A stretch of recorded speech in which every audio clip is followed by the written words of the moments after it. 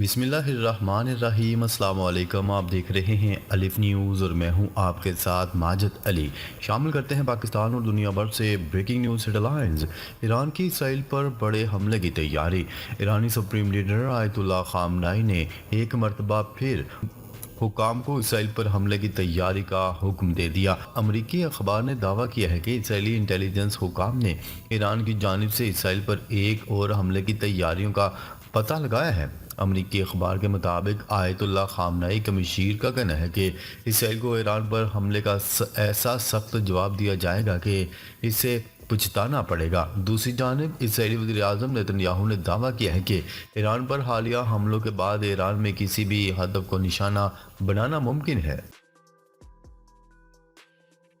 خبر کے اگلے حصے میں بات کرتے ہیں۔ اولین ترجیح ایران کو جوہری ہتھیار حاصل کرنے سے روکنا ہے۔ اسرائیلی وزیر اعظم نیتن یاہو نے کہا ہے کہ ہماری اولین ترجیح ایران کو جوہری ہتھیار حاصل کرنے سے روکنا ہے۔ اسرائیلی وزیر اعظم نیتن یاہو نے فوجی افسروں کی تقریب سے خطاب کرتے ہوئے کہا، ضرورت پڑنے پر ایران میں کہیں بھی پہنچ سکتے ہیں۔ حالیہ حملوں کے بعد اسرائیل کو حملوں کی بے مثال آزادی حاصل ہو گئی ہے۔ نیتن یاہو نے مزید کہا کہ اسرائیل کی فوجی اور سیکیورٹی شاخوں کو جو حتمی ہدف دیا گیا تھا وہ ایران کو ہر قیمت پر جوہری ہتھیار حاصل کرنے سے روکنا ہے۔ اسرائیل اپنے دفاع کے لیے ہر ممکن اقدام کرے گا۔ دوسری جانب امریکی میڈیا رپورٹ میں کہا گیا ہے کہ ایران اسرائیل کو حملوں کا فیصلہ کن جواب دینے کا ارادہ رکھتا ہے۔ ایران کی جانب سے جوابی کارروائی 5 نومبر کو امریکی صدارتی الیکشن سے قبل ہو سکتی ہے۔ خبر کے اگلے حصے میں بات کرتے ہیں۔ شمالی کوریا کا دور تک مار کرنے والے بیلسٹک میزائل کا تجربہ قابل مذمت ہے۔ انتونیو گوتریس اقوام متحدہ کے سیکرٹری جنرل انتونیو گوتریس نے شمالی کوریا کی جانب سے طویل فاصلے تک مار کرنے والے بیلسٹک میزائل کے تجربے کی مذمت کرتے ہوئے اسے سلامتی کی قراردادوں کی کھلی خلاف ورزی قرار دے دیا۔ سیکرٹری جنرل کے ترجمان سٹیفن ڈوجارڈ کی جانب سے جاری کردہ بیان میں کہا گیا ہے کہ جزیرہ نما کوریا کے حالات باعث تشویش ہیں اور ایسے واقعات سے خطے کا امن خطرے میں پڑ جائے گا۔ ان کا مزید کہنا تھا کہ سیکرٹری جنرل علاقے میں کشیدگی کا خاتمہ کرنے، اقوام متحدہ کی سلامتی کونسل کی قراردادوں پر مکمل عمل درآمد، مسائل کو مذاکرات کے ذریعے حل کرنے کا ماحول تخلیق کرنے اور بات چیت شروع کرنے پر زور دیتے آئے ہیں۔ بیان میں کہا گیا کہ سفارتی سطح پر بات چیت ہی جزیرہ نما کوریا میں پائیدار امن قائم کرنے اور علاقے کو قابل تصدیق طور پر جوہری ہتھیاروں سے پاک کرنے کا واحد راستہ ہے۔ شمالی کوریا کے اس تجربے سے پیدا ہونے والی صورتحال پر غور کے لیے سلامتی کونسل کا اجلاس سوموار کو ہونے کا امکان ہے۔ یہ اجلاس بلانے کی درخواست امریکہ، فرانس، جاپان، مالٹا، جنوبی کوریا، سلوانیہ اور برطانیہ نے دی ہے۔ دوسری جانب شمالی کوریا نے تصدیق کی ہے کہ اس نے بین البراعظمی بیلسٹک میزائل کا تجربہ کیا ہے۔ اس کے ہمسایہ ملک جاپان اور شمالی کوریا نے تجربے کو تشویشناک قرار دیتے ہوئے کہا کہ اس سے شمالی کوریا کی جانب سے جدید ہتھیاروں کی تیاری کے خطرات سامنے آئے ہیں جو خطے میں عدم استحکام کا باعث بنیں گے۔ خبر کے اگلے حصے میں بات کرتے ہیں۔ امریکہ کی تائیوان کو ہتھیاروں کی فراہمی سنگین نتائج کا باعث بنے گی، چین نے خبردار کر دیا۔ چین کا کہنا ہے کہ امریکہ کا تائیوان کو ہتھیار فراہم کرنا سنگین نتائج کا باعث بنے گا۔ میڈیا رپورٹ کے مطابق چین کی وزارت دفاع کے ترجمان نے ایک بریفنگ میں کہا کہ امریکہ کو سمجھنا چاہیے کہ تائیوان کو ہتھیاروں کی فراہمی کے انتہائی سنگین نتائج ہوں گے۔ ترجمان چینی وزارت دفاع نے کہا کہ تائیوان کا مسئلہ چین کے بنیادی مفادات میں سب سے اہم ہے اور یہ چین امریکہ تعلقات میں پہلی سرخ لکیر کی نمائندگی کرتا ہے جسے اسے عبور نہیں کیا جانا چاہیے۔ انہوں نے جزیرے کے لیے $2 بلین کی ممکنہ ہتھیاروں کی فروخت کے پیکج کے حوالے سے کہا کہ چین امریکہ پر زور دیتا ہے کہ وہ تائیوان کو ہتھیاروں کی فراہمی کے سنگین نتائج کو پوری طرح سمجھے اور امریکہ اپنی دفاعی صنعت کو تقویت دینے کے لیے تائیوان کا استعمال کر رہا ہے۔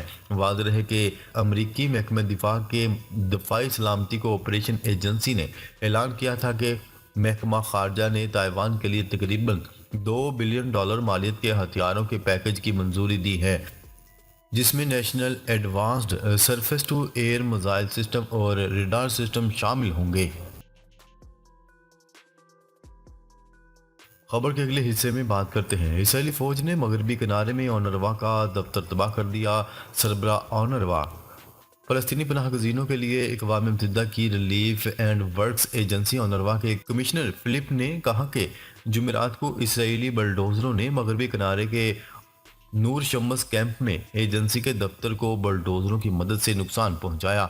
अगरचे इसराइल ने इसकी तरदीद की है, मगर दोनों तरफ से एक दूसरे पर इल्ज़ामात आयद किए जा रहे हैं। उन्होंने एक्स प्लेटफॉर्म पर एक पोस्ट में कहा कि दफ्तर को शदीद नुकसान पहुंचा है और ये अब इस्तेमाल के काबिल नहीं रहा। इसराइली फ़ौज ने एक बयान जारी करते हुए इमारत को पहुंचने वाले किसी नुकसान की जिम्मेदारी से इनकार कर दिया। उन्होंने कहा कि यह दावा कि IDF फौजियों ने नूर शम्स में ओनरवा के दफ्तर को तबाह कर दिया है बेबुनियाद है। बयान में कहा गया कि धमाका खेज मवाद के दफ्तर के करीब नस्ब किया गया था और फिर फौजियों को नुकसान पहुंचाने का इल्ज़ाम लगाने के लिए धमाका किया गया। पीर के रोज़ इसराइल ने ओनरवा के इसराइल के अंदर और मकबूजा बैतुल मक़दस में सरगर्मियों पर पाबंदी का एक बिल पास किया था, जिस पर आलमी सतह पर सख्त रद्दअमल सामने आया है। इसराइल और ओनरवा के दरमियान गुज़िश्ता बरस 7 अक्टूबर को इसराइल पर हमास के हमले के बाद तनाव पैदा हुआ था, जब इसराइल ने इल्ज़ाम आयद किया था कि ओनरवा के कुछ मुलाजमीन ने इसराइल पर हमलों में हिस्सा लिया था। खबर के अगले हिस्से में बात करते हैं। लबनान में जंगबंदी के लिए अच्छी पेशरफ्त हुई है। अमेरिका का कहना है कि लबनान में जंगबंदी की जानिब अच्छी पेशरफ्त सामने आई है। अमरीकी वज़ीर ख़ारिजा एंथनी ब्लिंकन का कहना था कि मुज़ाकरात कारों ने एक मुआहदे की तरफ अच्छी पेशरफ्त की है, जिससे लबनान पर इसराइल के हमले में जंगबंदी होगी। एंथनी ब्लिंकन ने सहाफ़ियों को बताया कि खित्ते के मेरे हालिया सफ़र और इस वक्त जारी काम की बुनियाद पर हमने इन समझौतों पर अच्छी पेशरफ्त की है। उन्होंने मज़ीद कहा कि अक़वाम मुत्तहिदा की सलामती कौंसिल की करारदाद 1701 के मौसर नफाज के लिए ज़रूरियात की तफ़हीम लबनान में इसराइल और हिज़्बुल्लाह के दरमियान तनाज़े के सफ़ारती हल की बुनियाद है। एंथनी ब्लिंकन का मज़ीद कहना था कि ये यकीनी बनाना ज़रूरी है कि हमारे पास लबनान और इसराइल दोनों की तरफ से वाज़ेह है कि इसके मौसर नफाज के लिए 1701 के तहत क्या ज़रूरत होगी।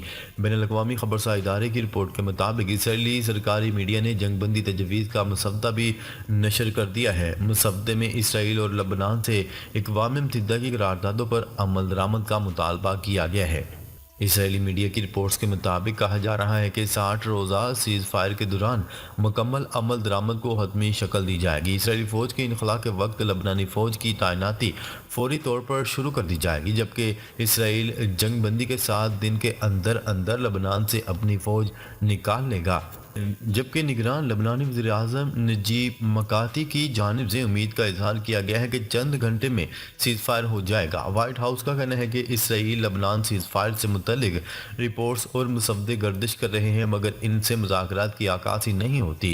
रिपोर्ट के मुताबिक इसराइल भारी जानी नुकसान के बायस हिज़्बुल्लाह को दरिया लतानी से दूर धकेलने से दस्तबरदार हो गया। रवामा लबनान और गजा में हमास और हिज़्बुल्लाह के हाथों 62 इसराइली फौजी मारे जा चुके हैं।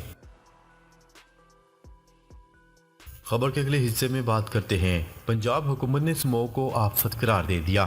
पंजाब हुकूमत ने स्मोक को आफत करार दे दिया। बाकायदा नोटिफिकेशन भी जारी कर दिया गया। पंजाब नेशनल क्लाइमेट एक्ट 1958 के सेक्शन 3 के तहत स्मोक को आफत ज़दा करार दे दिया गया। सूबे भर के तमाम DCs को रिलीफ कमिश्नर्स के अख्तियार सौंप दिए गए हैं। पंजाब हुकूमत के नोटिफिकेशन के मुताबिक DCs स्मोक कंट्रोल करने के लिए ज़रूरी इक़दाम करने के मुजाज होंगे।